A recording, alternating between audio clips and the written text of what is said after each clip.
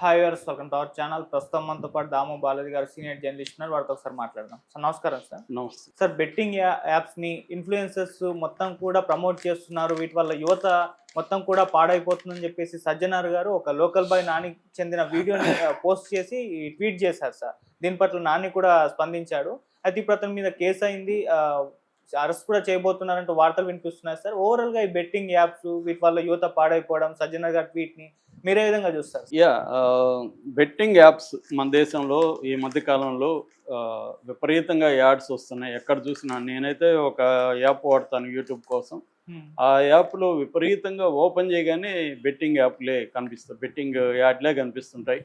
అట్లాగే మనకు కొన్ని సైట్లలో కూడా చూస్తే పెరీ మ్యాటిక్స్ అని, 1x బెట్ అని, 22 బెట్ అని, 10 క్రిక్ అని,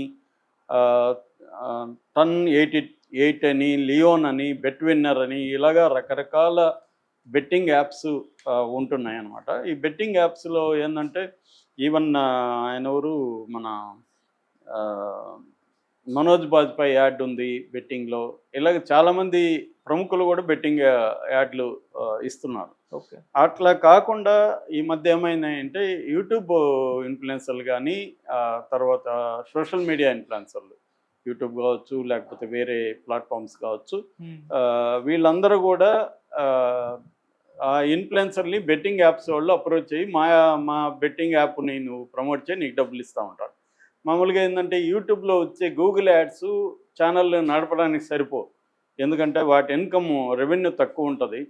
కాబట్టి వీళ్ళు బయట కమర్షియల్స్ లేకుండా ఛానల్ నడవడం కష్టమవుతుంది. అందుకని బెట్టింగ్ ప్రమోషన్స్ని వాళ్ళు ప్రమోట్ చేస్తుంటారు చాలామంది. దీంట్లో రెండు విషయాలు ఉన్నాయి. ఇది లీగలా కాదా, బెట్టింగ్ యాప్ ప్రమోషన్ అనేది లీగలా కాదా ఒకటి, రెండోది మోరలా కాదా రెండు. ఎందుకంటే మన వాళ్ళు మిక్స్ చేసేస్తారు చాలా విషయాల్ని, మోరల్ని ఇదిని. ఇప్పుడు సిగరెట్ తాగడం మోరలా కాదా, మోరల్ కాదు చాలామందికి. లీగలా కాదా, లీగలే. మళ్ళీ దాని యాడ్లు ఇవ్వడం మాత్రం మోరల్. లీగల్ కూడా బ్యాను, యాడ్లు ఇవ్వకూడదు. కానీ దాన్ని ఇప్పుడు వేరే రూపంలో యాడ్ ఇస్తూ ఉంటారు. మళ్ళీ సినిమాలో సిగరెట్ తాగితే కూడా కింద వేస్తుంటారు. అవును. మరి మన అందరికి డౌట్ వచ్చేది ఏమంటే, నువ్వు మరి సిగరెట్లు ఎందుకు బ్యాన్ చేయవురా, సిగరెట్ ఎక్కడంటే అక్కడ అమ్ముతున్నారు, దాన్ని తాగితే మాత్రం నువ్వు తప్పంటావు, అలాంటప్పుడు అమ్మకూడదు కదా అన్న లాజిక్ వస్తుంది, మందైనా సిగరెట్ అయినా. ఎందుకంటే వాటిలో వచ్చే రెవెన్యూ కావాలి వీళ్ళకి. మళ్ళీ వాళ్ళని హింసించాలి, తాగేవాళ్ళు నేరస్తుల్లాగా ట్రీట్ చేయాలి. బెట్టింగ్ యాప్స్ కూడా పరిస్థితి అదే. బెట్టింగ్ని ఇండియా బ్యాన్ చేసిందా లేదా అంటే బ్యాన్ చేయలేదు. మనకి బెట్టింగ్కి సంబంధించిన కొన్ని చట్టాలు ఉన్నాయి. పబ్లిక్ గేమింగ్ యాక్ట్ అంటారు. పబ్లిక్ గేమింగ్ యాక్ట్ 1967లో ఉందన్నమాట. ఈ 1967లో ఉండే పబ్లిక్ గేమింగ్ యాక్ట్ 1867లో ఉండే పబ్లిక్ గేమింగ్ యాక్ట్ ఈ గేమింగ్ దీన్ని బ్యాన్ చేస్తుంది. కానీ ఈ ఆన్లైన్ బెట్టింగ్ని ఇది పట్టించుకోదు. ఇది ఎప్పుడో పాత, అప్పటికి ఆన్లైన్ గేమింగ్ లేవు కదా, అందువల్ల ఈ చట్టం దాన్ని గుర్తించదు. రెండవ చట్టం ఏముంది, మన ఐటీ చట్టం, ఇన్ఫర్మేషన్ యాక్ట్ అంటారు, 2000లో వచ్చింది. అందులో ఈ బెట్టింగ్ గురించి లేదు. కాబట్టి అది కోర్టులు ఏమన్నా దీనికి కూడా అప్లై అవుతుందని వాళ్ళు ఏమన్నా ఇంటర్ప్రెట్ చేస్తారు తప్ప డైరెక్ట్గా ఆ యాక్ట్ దీనికి పనికిరాదు. ఇంకొక prize distribution, prize omission act ఉందన్నమాట. అంటే ఏదన్నా ఒక గేమ్ పెట్టి ప్రైజులు ఇచ్చి ప్రోత్సహించడం, దాన్ని బ్యాన్ చేశారు 1955 చట్టం ప్రకారం. మనకి కొన్ని రాష్ట్రాల్లో క్యాసినో ఓపెన్ అయ్యి బెట్టింగ్, ఇప్పుడు గోవాలో క్యాసినో ఉంది, సిక్కింలో ఉంది, దమన్లో ఉంది. ఇక్కడ ఈ 3 ప్లేసుల్లో కూడా క్యాసినో ఆడచ్చు. కానీ తెలంగాణ, ఆంధ్రప్రదేశ్ మాత్రం ఈ ఆన్లైన్ బెట్టింగ్ని 2022లో బ్యాన్ చేశాయి. సో కాబట్టి ఇక్కడ ఆన్లైన్ బెట్టింగ్ ఈ 2 రాష్ట్రాల్లో కానీ చేస్తే బ్యాన్. కానీ మరి యాడ్ని ఎలా చేస్తున్నాయి గవర్నమెంట్స్? అసలు బెట్టింగ్ యాప్లని ఎందుకు వీళ్ళు తీసేయట్లేదు? బెట్టింగ్ యాప్లు తీసేస్తే అసలు బెట్టింగ్ ప్రమోషన్ ఉండదు కదా. సో ఇక్కడ సజ్జనార్ లాంటి వాళ్ళతో మనలాంటి వాళ్ళకు ఉండే ప్రాబ్లం ఏంటంటే, సజ్జనారు ప్రభుత్వం మీద పోరాటం చేయడు, వ్యక్తుల మీద పోరాటం చేస్తాడు. అది కూడా మామూలుగా చెప్పచ్చు ఇది కరెక్ట్ కాదని, కానీ అతన్ని ఇప్పుడు అరెస్ట్ చేయించే పరిస్థితి సజ్జనార్ చేయాల్సిన అవసరం లేదు. ఎందుకంటే నువ్వు సజ్జనార్ లాంటి బలమైన వ్యక్తులు చేయాల్సిన పని ఏంటంటే గవర్నమెంట్ల ద్వారా వాటిని బ్యాన్ చేయించాలి. అసలు ఈ బెట్టింగ్ యాప్సే లేకపోతే ప్రమోషన్ చేయకూడదు కదా. ఈయన మోరల్ యాంగిల్లో మాట్లాడుతున్నాడు. కానీ ఇప్పుడు వాళ్ళు ఏం చేస్తున్నారు, అక్కడ ఈయనకి సపోర్ట్గా వైజాగ్ పోలీసులు అతని మీద కేసులు పెట్టి, అతను ఆల్రెడీ చెప్పాడు కూడా, లోకల్ బాయ్ నాని తప్పైపోయింది సార్, ఇక మీద నేను చేయనని చెప్పాడు. సో అతను చెప్పినాక వదిలేయచ్చు, కానీ అతని మీద ఇప్పుడు కేసులు పెట్టి కోర్టుకు పెడుతున్నారు. గతంలో కూడా అతను వేరే ఏదో బోటు తగలబెట్టిన కేసులో కూడా అతను అరెస్ట్ అయ్యాడు, మళ్ళీ బయటకు వచ్చాడు. అంటే ఇప్పుడు సజ్జనార్ లాంటి వాళ్ళు చేయాల్సిన పని ఏంది, అసలు బెట్టింగ్ యాప్ల్ని బ్యాన్ చేయాలి. అవి చేయకుండా వాటిని ప్రమోట్ చేసే వాళ్ళని కేసులు పెట్టడం లేకపోతే అరెస్ట్ చేయడం అనేది కరెక్ట్ కాదు.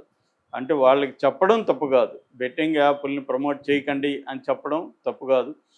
ఈవెన్ గుట్కా వీటి మీద కూడా అదే జరిగింది గతంలో. గుట్కా వీటిని ప్రమోట్ చేసే సినిమా హీరోలు హీరోయిన్లు, ఈవెన్ కూల్ డ్రింకులను కూడా ప్రమోట్ చేయొద్దు, అవి కూడా నష్టం బాడీలకి అని చెప్తున్నారు. అది అందరూ మహేష్ బాబు దగ్గర నుంచి అందరూ కూల్ డ్రింకుల్ని చేసేవాళ్ళు, ఎందుకంటే వాళ్ళు ఎక్కువ డబ్బులు ఇస్తారు కాబట్టి. సో కొంతమంది మాత్రమే సిగరెట్లు, కూల్ డ్రింకులు లేకపోతే హానికరమైన వస్తువులను మేము చేయమనేది అనుకున్నారు. అది లీగల్గా కాదు, అది మోరల్ యాంగిల్. ఎవరైనా నేను సిగరెట్ని చేయనంటే అది మోరల్ యాంగిల్ ఇండైరెక్ట్గా. అంటే నేను పబ్లిక్లో సిగరెట్ తాగనంటే మోరల్ యాంగిల్.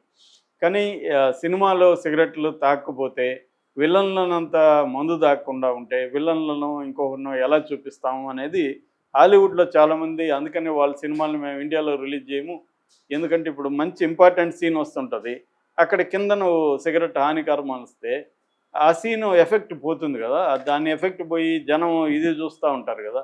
అంటే ఇది సినిమా కాదన్న ఫీలింగ్. సినిమా అనేది మేక్ బిలీవ్, నమ్మాలి. వీడు సిగరెట్ తాగడం హానికరం అని అక్కడ వేస్తే ఆ ఎమోషనల్ ఎఫెక్ట్ ఉండే సీను, ఆ ఎమోషన్ మిస్ అవుతుంది అనేది వాళ్ళ పాయింట్. అది నిజం కూడా. అంటే నువ్వు ఒక పక్క సిగరెట్లను అలో చేస్తూ, మందును అలో చేస్తూ, వాటిలో నుంచి ఇన్కమ్ తీసుకుంటూ, మళ్ళీ వాటిని సినిమాలో తాగితే మాత్రం పబ్లిక్గా తాగుతున్నారు అందరూ, సినిమాలో తాగితే మాత్రం కింద అది వేయాలి ఇంతలా వక్షాలతో, అది కూడా సైజు కూడా తక్కువ వేస్తే సెన్సార్ వాడు ఒప్పుకోడు, సైజు పెంచి అంటారు. ఇది Indian governments hypocrisy.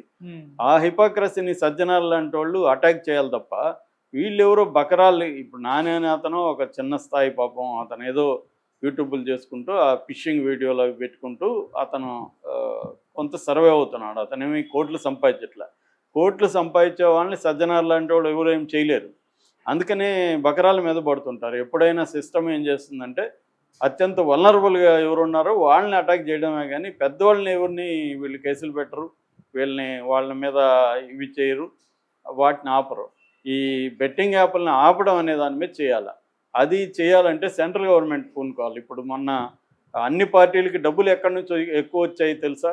Party funds lottery కింగుల నుంచి వచ్చాయి. లాటరీ టికెట్ల కంపెనీల నుంచి బీజేపీకి 1000 కోట్ల పైన, మిగతా పార్టీలకు కూడా వాళ్ళ నుంచే వచ్చాయి.